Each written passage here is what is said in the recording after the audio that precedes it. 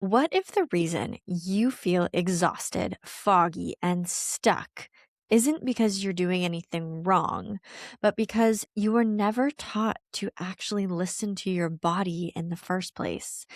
Because, a lot of times doctors will tell you you're fine when really you don't feel fine at all. Or if someone has brushed off your symptoms, but you know to your core that's just something isn't right, this episode is for you. Welcome back to Becoming Unbound.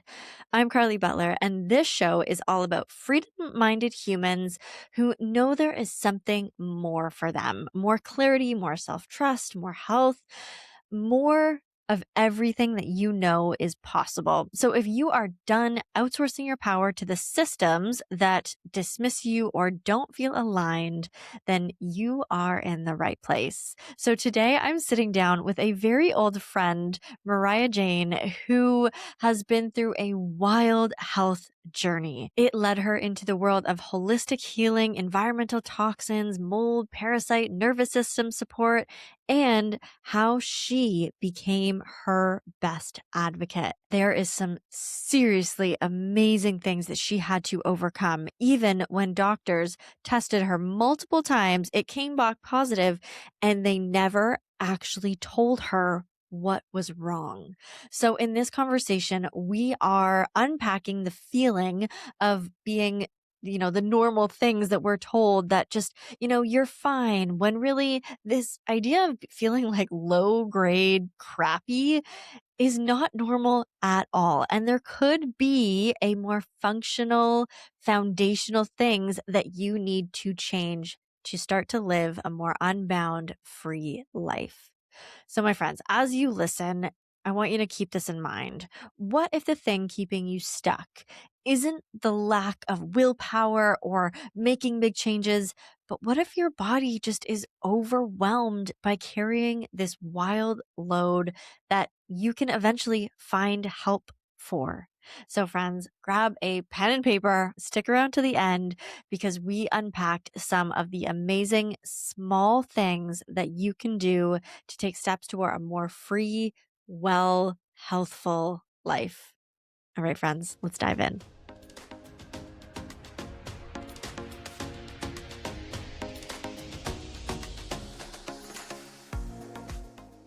Mariah, welcome to Becoming Unbound. So good to have you here today.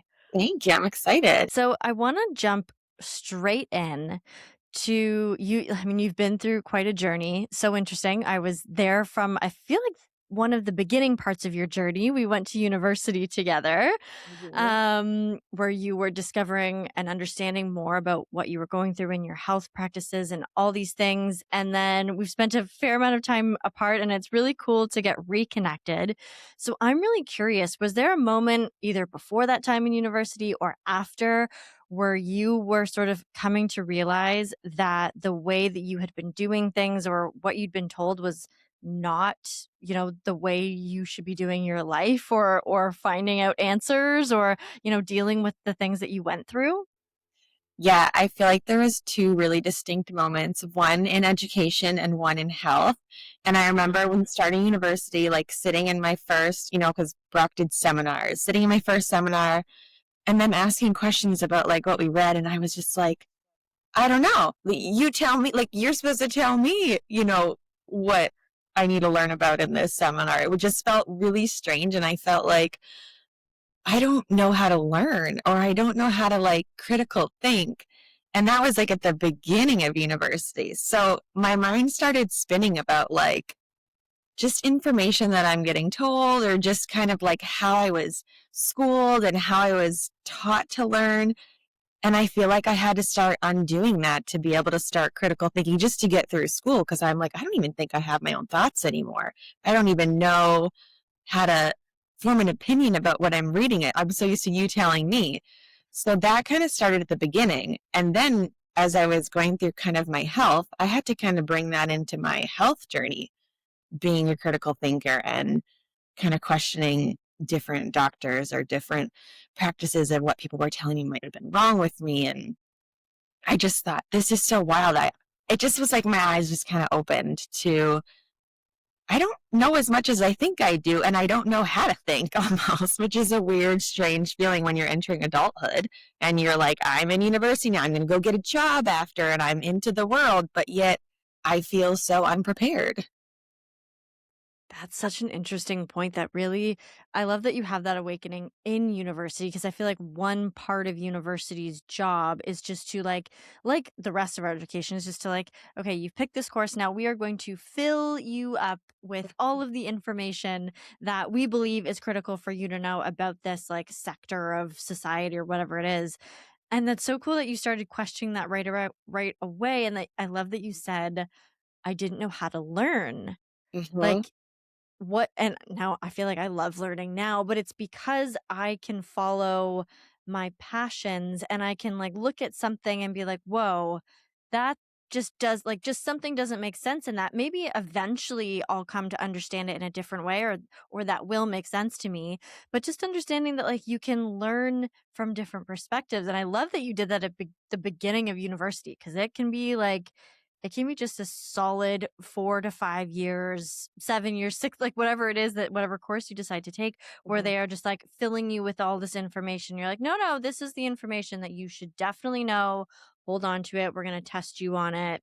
And that's kind of all you need to know. So very cool that you started critically thinking about that, and I'm sure that that has equipped you really well going forward. So do you want to tell us about like you said like my health. You started on this health journey. Hmm. What did that look like for the listeners who don't know and just want to a little peek whatever you're willing to share with us? Yeah, I was actually sick since I was born and, just unknown symptoms. And by the time I got to university, I was probably at my worst, my most symptomatic. I could list off over 100 symptoms, and it was hard just to get out of bed and move. And I would sleep in my car in between classes. I was just so, so sick. And I remember going to every specialist under the sun, all the doctors. No one could figure out what was wrong, every testing I could get. And finally, I had this one family doctor who was practicing from South Africa. And he was like, I'm going to test you for things that, can get bit by, because I had traveled and stuff. And it came back positive for Lyme. And he said to me, okay, so I think you have Lyme. This is going to be a tough journey.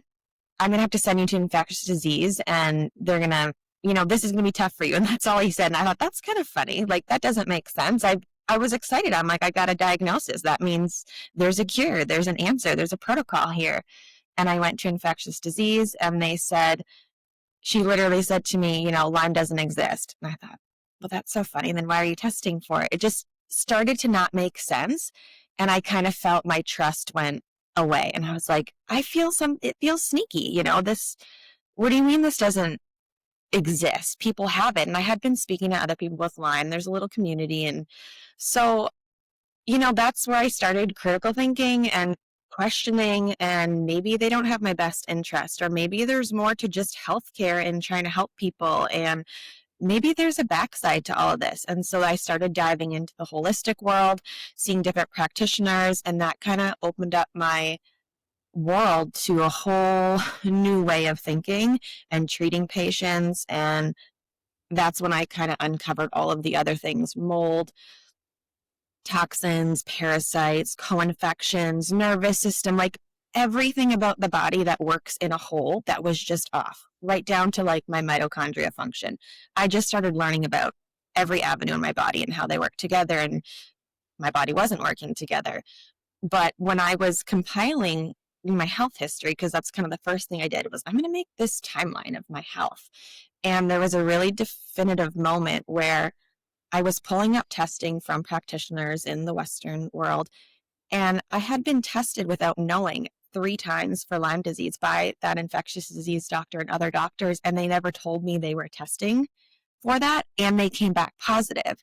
And so I got this information back when I'm compiling my health history, and I thought, wait, what? So I actually have been positive now 3 times. Nobody even told me they were testing me for this, and then nobody followed up to say you were positive. And so that is like the moment where I pretty much stopped with Western medicine. I thought, I don't trust anything here. Nobody has my best interest, and I got to figure this out on my own. I got to be my advocate now. Oh my god, I'm blown away. What do you mean they didn't tell you? They just send you for labs. Like, I'm just going to send you for a panel of labs, and you just think, okay, great. And we'll call you if anything comes up. Like, do you ever actually check back in after your doctor and say, can I have all my lab results? Or what did everything say? Sometimes you don't even get a phone call with your results. They just say, everything looks within range. You're good to Within go. range. Yeah. Yeah. So I actually went to medical records and asked for all of my files. I mean, like every test I had ever done.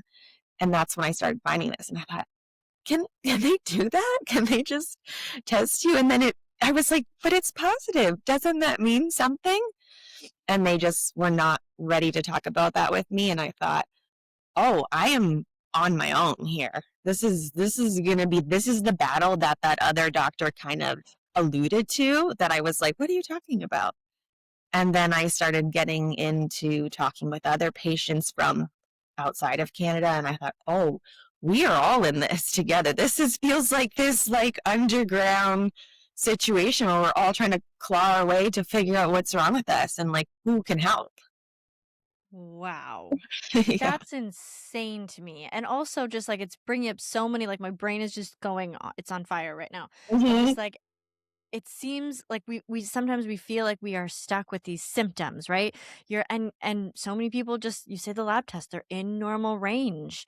And but yet like some of these things are the exact things that are keeping you stuck from like moving and creating better choices for yourself, whether that's like moving houses or changing like the way that you what you eat, how you put things in your body.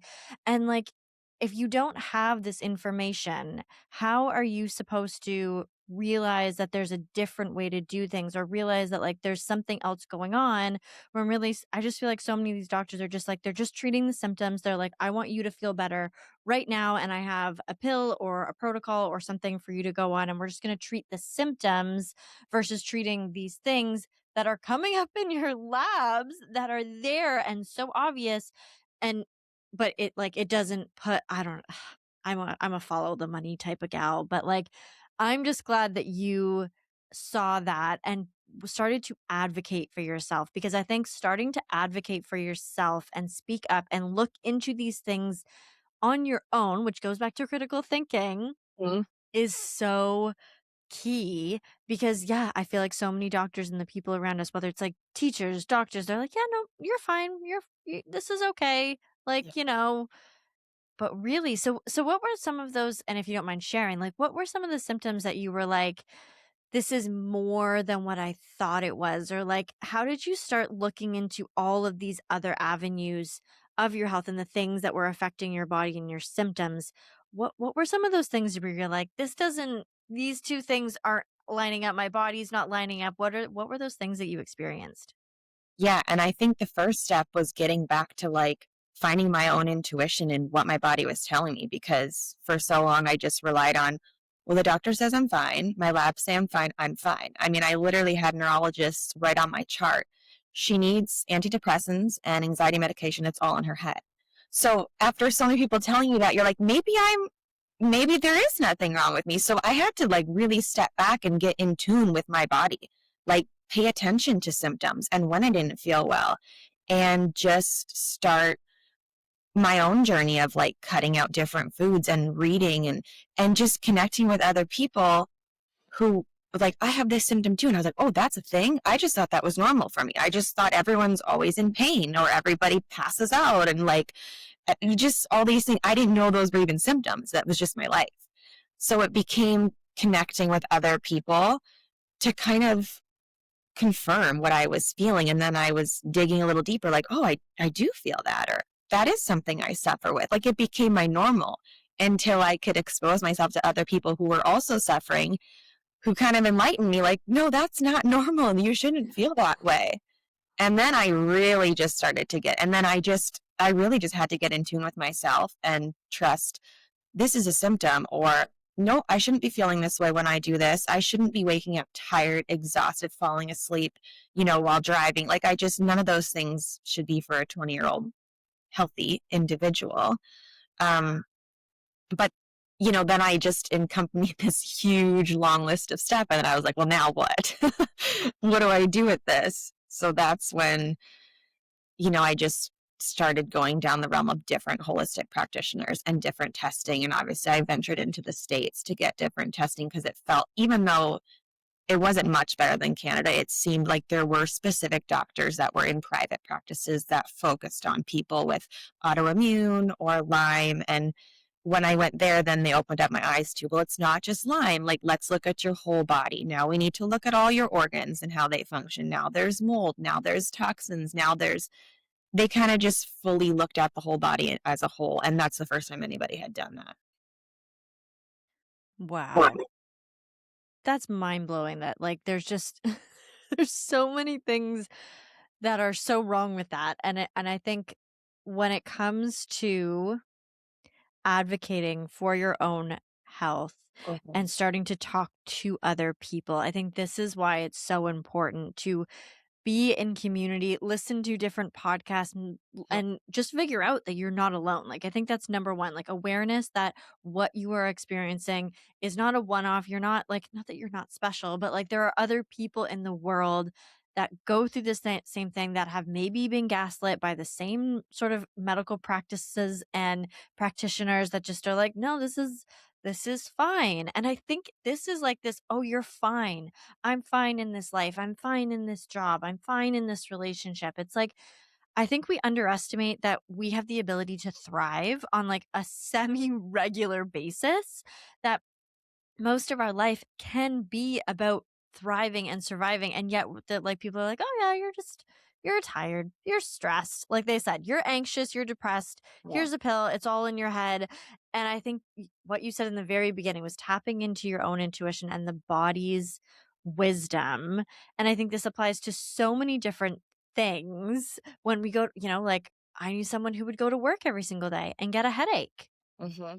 It's like whether that was the actual job that they needed to leave or transition out of, Hmm. or like I always question, like, what if that building, that workplace Hmm. was full of toxins, was full of things that were actually telling you that, like, yes, maybe you needed to leave that job, but also maybe like everyone in that building was being affected by those things. And like I don't know, there's so many things, or whether it's the person, the relationship that you're going to, and you see that person a couple times a week, like what if their home is you're exposing yourself to a whole different level of toxins. So talk to us about that, because this is a super interesting part that I don't want to say like everybody has to leave and move from their homes, but I think there's a level of awareness that we also need to have about our body's reaction to our environments, which is, I'm so curious about this. Yeah. This is such a complex topic, but it goes, I know.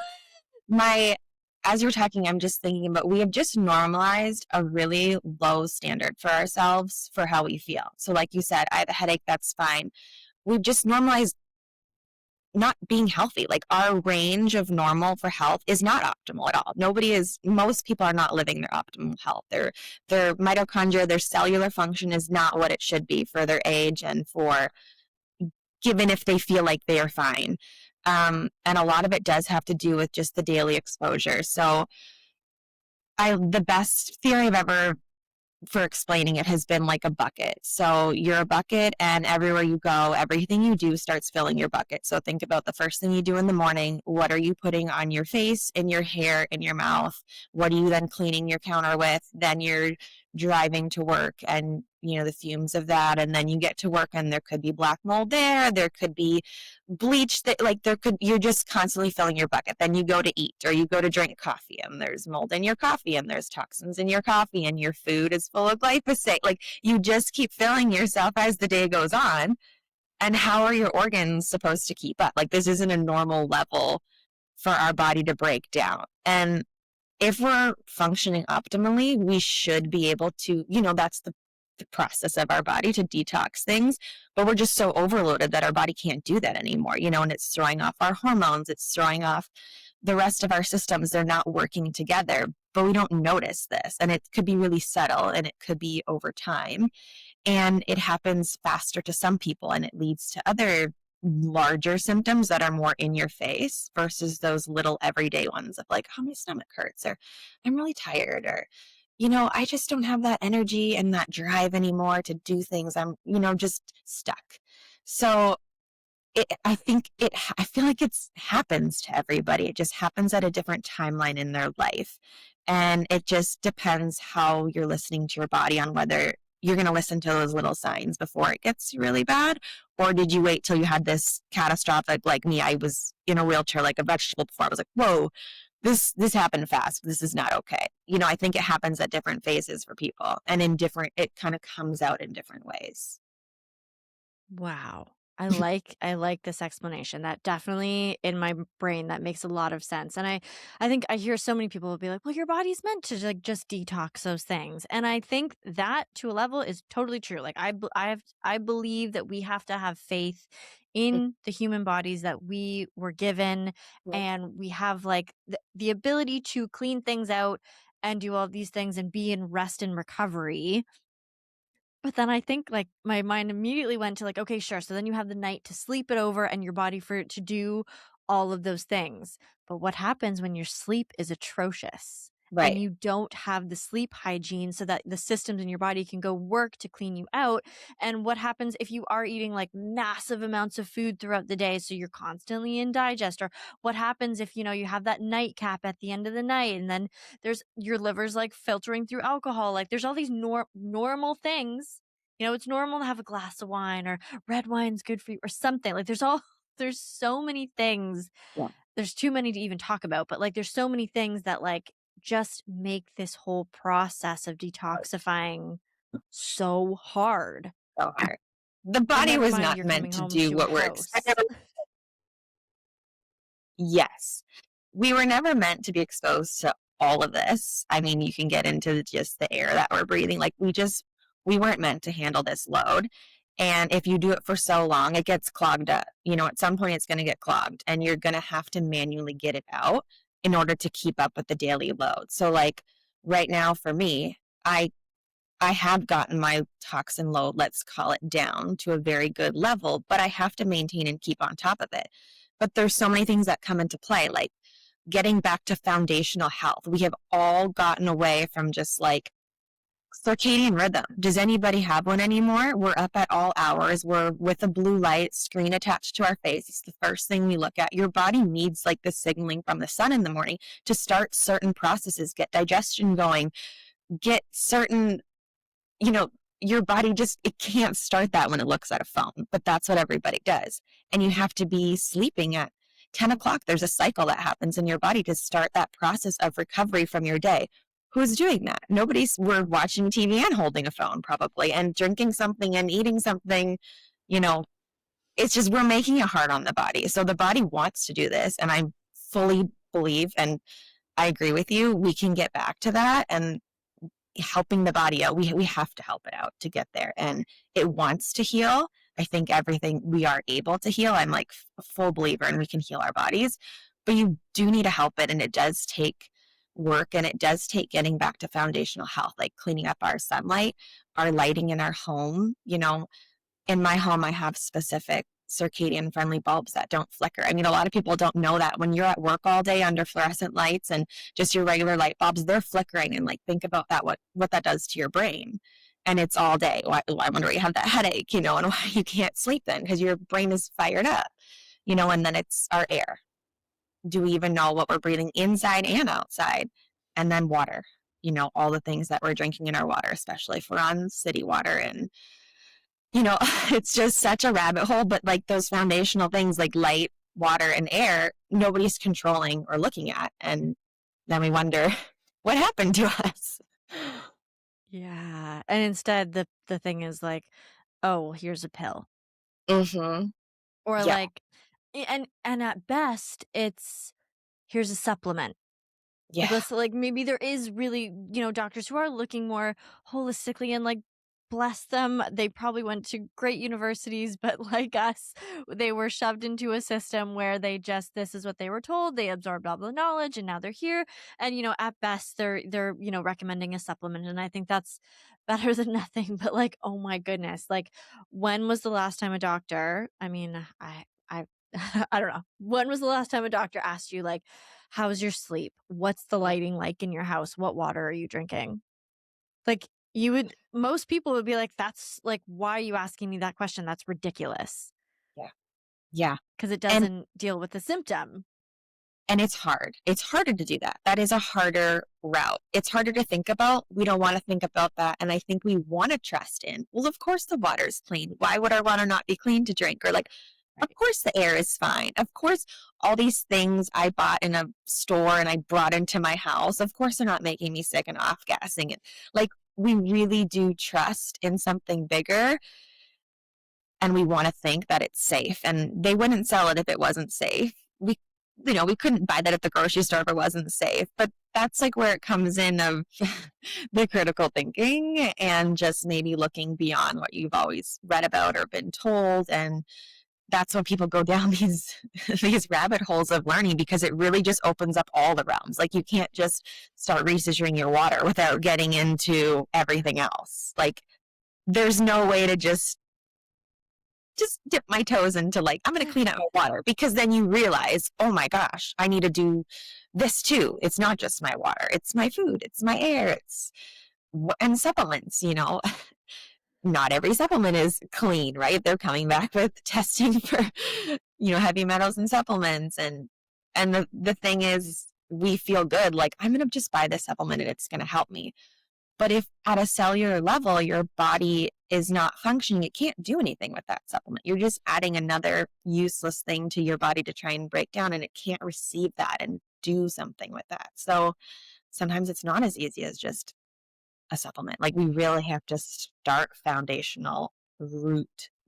Every time I think I was at root cause, I had to uncover another layer. I'm like, nope, I got to go deeper. That's not like Lyme, not my root cause problem. It was a very surface level diagnosis. It gave me a little bit of an answer, but that wasn't root cause. I had to go deeper. Okay, mold, still not root cause. Like, why did that take down my system? Okay, parasites, nope, not yet. Like, I had to just go down, oh, it's my cellular health. Like, I can't get any more deeper in my body than my cells. But it takes so long to get there. So much education, so much learning on your own, research, talking with other people. I only know half the things I know from other people sharing it with me. Like, this isn't just readily available, and you just certainly can't go to your practitioner and ask them, can you just tell me about, like, my cellular health? Like, that's just not a conversation.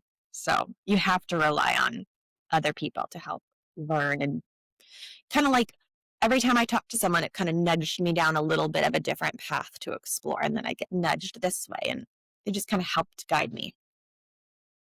Yeah, and I think we talk about this a lot, like, just start talking to people, whether it's on whatever change that you want in your life, Mhm. whether it's leaving a job, focusing more on your health, leaving a relationship, changing things up, just reestablishing better relationships.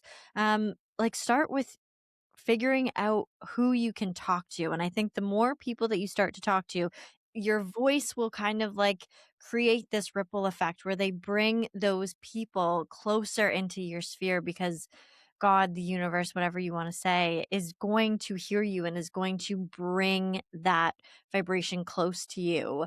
Mhm. Um, there's so much to unpack. But so let's say someone is feeling, they're like, I know something isn't right. I've maybe been given a diagnosis or something um, by whatever practitioner, and they're kind of like, okay, well, where on earth do I start? You said that foundational stuff, but what are some like things that people could start looking at? Maybe some things that they could do themselves, but also then a couple things that they could do with a practitioner. Or maybe it's a question that they need to ask. Where does anybody start in this whole process? Yeah, it's definitely not one practitioner. It's kind of like you need to build up a little bit of a team. Like, I have different Mhm. practitioners that I see for different things. I've never found I could rely on one person. They're Mm. my one all be all going to heal me. Like, that's you can't go into it thinking that it's not going to be that. But that person can give you a stepping stone or some guidelines, or maybe some different kind of testing that isn't just a blood test. There's so much out there that isn't covered by insurance that can give you a better look at, like, at a cellular level, like, what are my cells doing? How's my inflammation?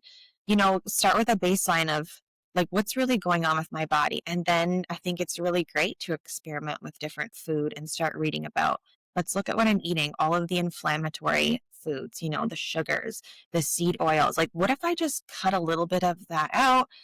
Okay, did I see a little bit of an improvement? Okay, that's good. Like, let's keep going. Maybe I'm going to start to buy some organic from like the Dirty Dozen list. Like, I'm going to start making some small changes. Like, you just kind of start snowballing and asking people, like, oh, I'm interested about that protocol you're doing, or I'm interested in why do you eat this, or why do you use this to detox? And I just think, like you said, it just comes to you. Like, you just start finding the path of people to talk to. And I feel like one of my friends said this in the holistic world. She talked about seed planting. And it's like every time you talk to somebody, something plants in you that like is information that maybe at that time you're like, you don't absorb it, but it will come back to you to be like, oh yeah, I remember hearing about that. Now I'm going to kind of take that seed and I'm going to go down that avenue with it.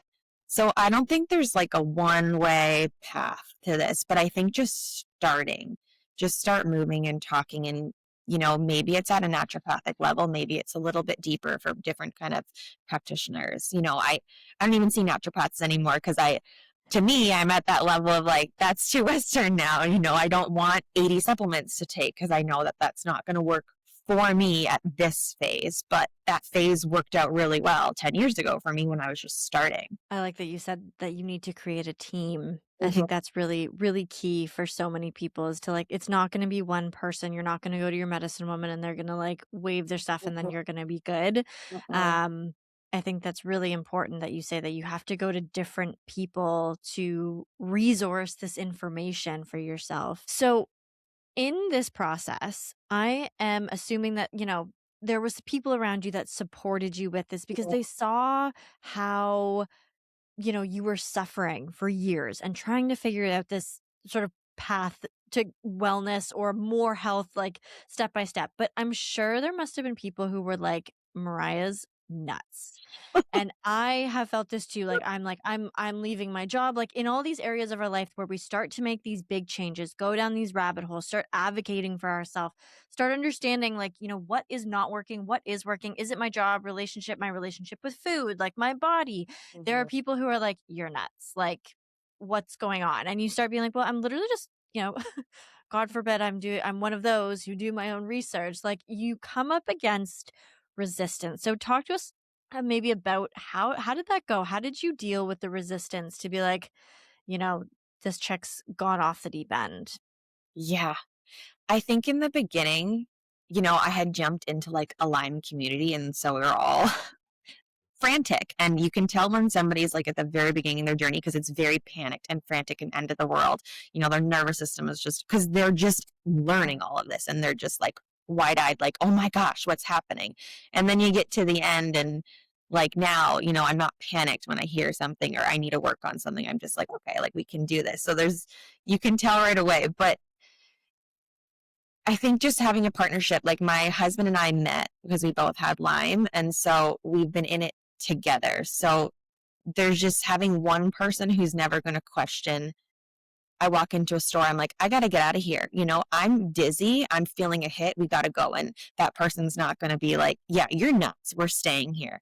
I feel like it would have been so much harder if I was trying to constantly defend myself or defend how I was going to feel. And I see a lot of people like lose relationships with family, friends, significant others because that person is just, they're almost just sick of the, oh, here we go again. Now they don't feel good here. Now we got to rip up the house. Like between my husband and I, we would never question each other if someone's saying, I don't feel good. I need to look into this and just support that person through it because I definitely lost a lot of friendships because my world is very different and it's very weird. And it kind of worked out for me at that time. I moved to a different country. And so I started fresh in a new country.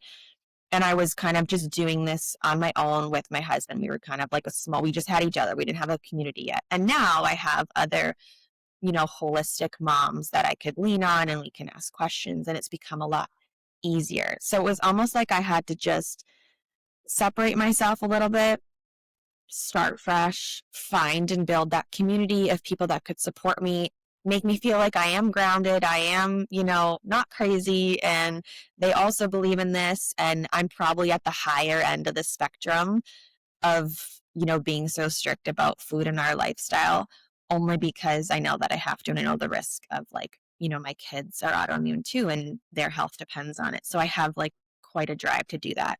And luckily, my family is super supportive. I mean, they've seen the transition that I've made from being sick and bedridden to like functioning at a crazy level right now and doing so well. And they know those are the things that I've done and changed. And so even if they don't understand it, or they're like, what are you doing now? It's the middle of winter. Why are you outside getting sunlight at 7 in the morning?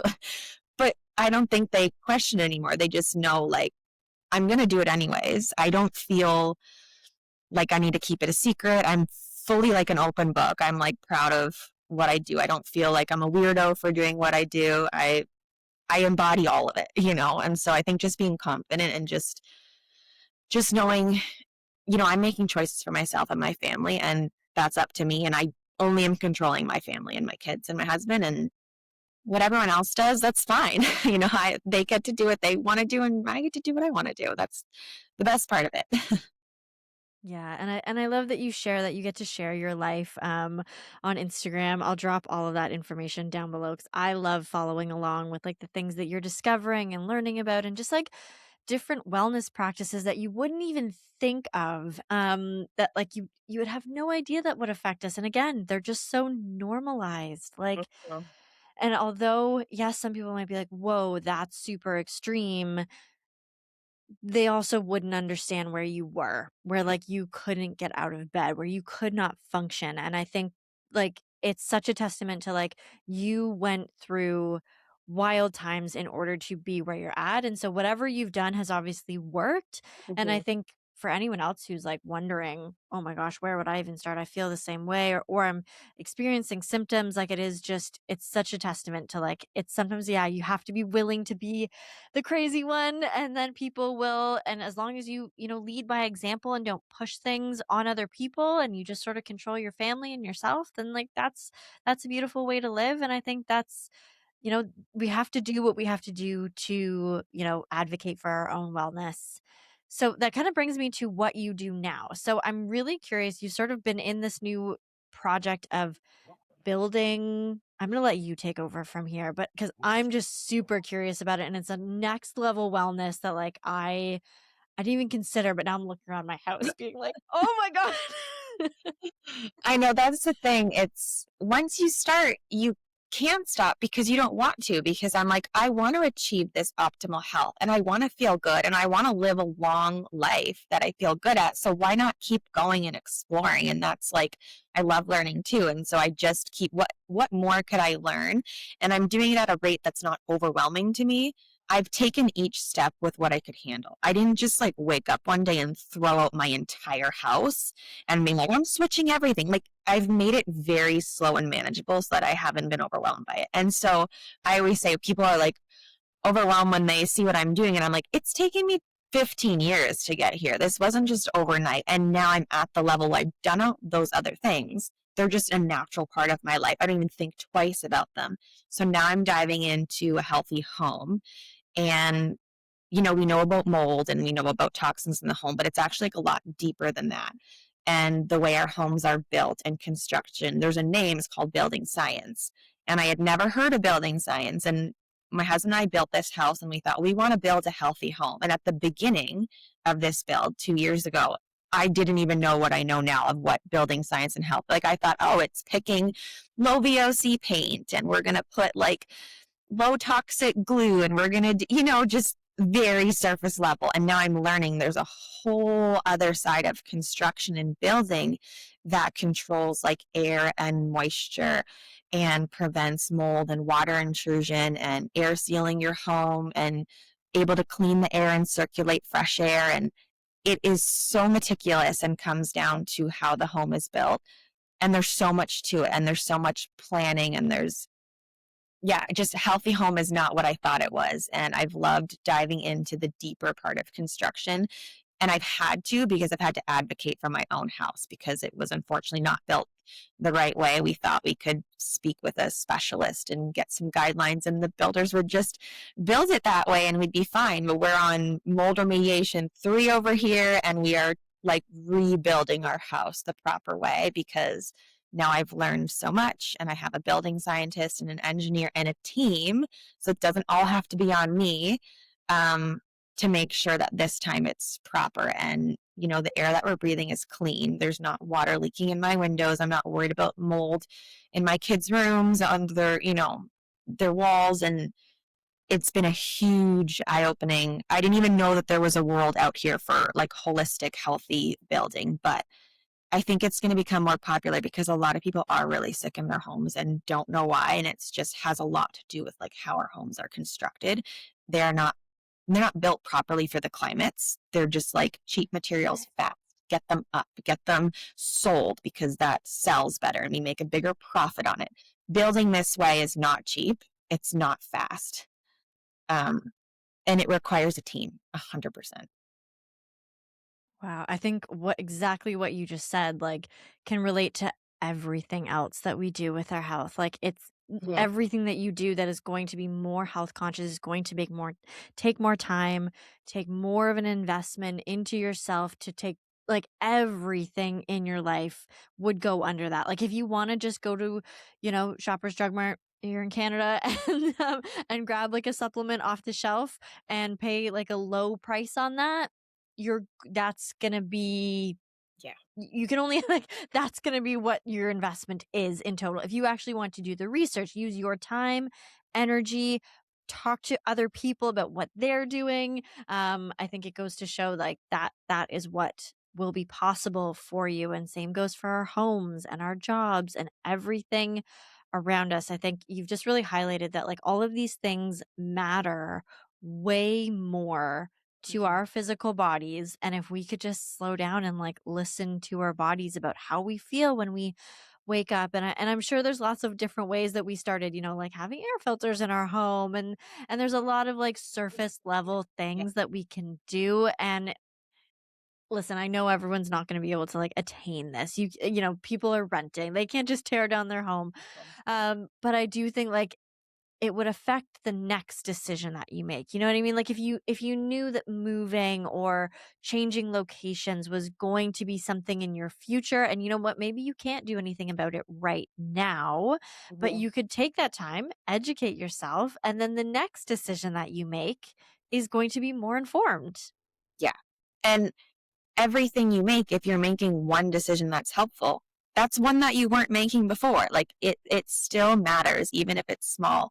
The thing that drives me the most crazy and just it's so discouraging to me is just how unaccessible doing this is. It's not easy to build a perfectly healthy home with a building scientist and an engineer and making sure there's no water coming. Like that's not attainable. And you know, that's the frustrating part. Eating all organic and like having a team of practitioners that you see for yourself and your kids. Like this is crazy the level of money and time that it takes to do that. And I that's the most unfair part to me and it drives me nuts. And that's why I love just sharing like as much information as I can of whatever I learn because I mean that's we just have to help each other. Like any information that you can get, like you need to share it because that could be a stepping stone for someone. That could be that seed planting for someone.